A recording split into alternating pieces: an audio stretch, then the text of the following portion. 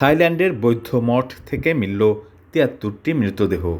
বৌদ্ধ ভিক্ষুদের উপাসনাগৃহে লুকিয়ে রাখা বিপুল পরিমাণ মৃতদেহ উদ্ধারের ঘটনায় তোলপাড় সংবাদ মাধ্যম ও সমাজ মাধ্যম। একসঙ্গে এতগুলো মৃতদেহ উদ্ধারের নেপথ্যে কারণ কি? শুরু হয়েছে নানা গুঞ্জন।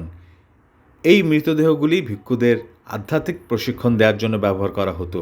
এছাড়াও মঠের ভেতর একাধিক পুকুর থেকে ৬০০টিরও বেশি কুমির পাওয়া গিয়েছে, যা দেখে চমকে উঠেছেন অনেকেই। মন্দিরের ভিতরে এত কুমির কেন পোষা হয়েছিল তা ঘিরে ধোঁয়াশা রয়েছে। ২২ নভেম্বর থাইল্যান্ডের পুলিশ থিফাকসং পাসাং নায়াথাম মন্দিরে এই অভিযান চালায়। এটি মধ্য থাইল্যান্ডের ফিচিট প্রদেশে অবস্থিত। ১৬০০ বর্গমিটার এলাকা জুড়ে বিস্তৃত এই মঠটি ঘন জঙ্গলের মাঝখানে অবস্থিত।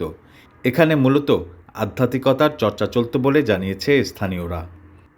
মঠের বিরুদ্ধে অবৈধ কার্যকলাপের অভিযোগকে এক কথায় উড়িয়ে দিয়ে প্রধান ভিক্ষু জানান, এগুলো আত্মীয় স্বজনের মৃতদেহ, যা সামনে রেখে বৌদ্ধ সাধুরা ধ্যান করতেন। প্রধান ভিক্ষুর এই দাবি অবশ্য ধোপে টেকেনি পুলিশের কাছে। মৃতদেহগুলোকে বাজেয়াপ্ত করা হয়েছে, মঠের সমস্ত কার্যক্রম বন্ধ করে দেওয়ার নির্দেশ দেওয়া হয়েছে। তদন্ত শুরু করেছে প্রশাসন। তরঙ্গ নিউজ ডেস্ক।